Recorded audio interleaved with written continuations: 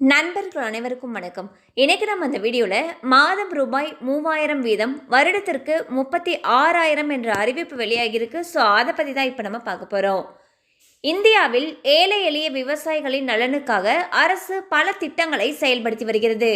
இதன்படி பிஎம் கிசான் மந்தன் யோஜனா திட்டத்தின் கீழ் விவசாயிகளுக்கு மாதம் 3000 ரூபாய் பென்ஷன் வழங்கப்படுகிறது.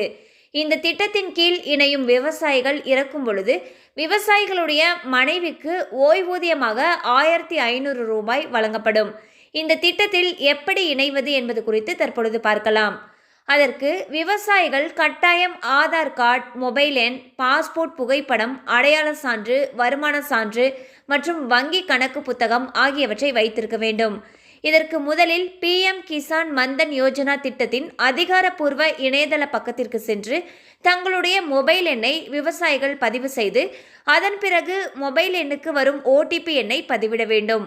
அதில் கேட்கப்படும் செயல்முறைகளை முடித்து சமர்ப்பிக்க வேண்டும். இந்த திட்டத்தின் கீழ் உங்களுக்கு தகுதி இருந்தால் மாதந்தோறும் 3000 ரூபாய் பென்ஷன் கிடைக்கும். ஸோ பார்த்தீங்கன்னா மத்திய அரசு விவசாயிகளுடைய நலனுக்காக ஒரு திட்டத்தை செயல்படுத்திட்டு வராங்க. அதாவது பிஎம் கிசான் மந்தன் யோஜனா அப்படின்னு சொல்லிட்டு திட்டம். இந்த திட்டத்தின் கீழ் விவசாயிகளுக்கு மாதம் 3000 ரூபாய் வீதம் ஒரு வருஷத்துக்கு 36,000 ரூபாய் பென்ஷன் வழங்கப்பட்டு வருகிறது. சப்போஸ் அந்த விவசாயி இறந்துட்டாங்கிற பட்சத்தில் 1500 ரூபாய் அவங்களுடைய நாமினிக்கு போகும்னு சொல்லியிருக்காங்க.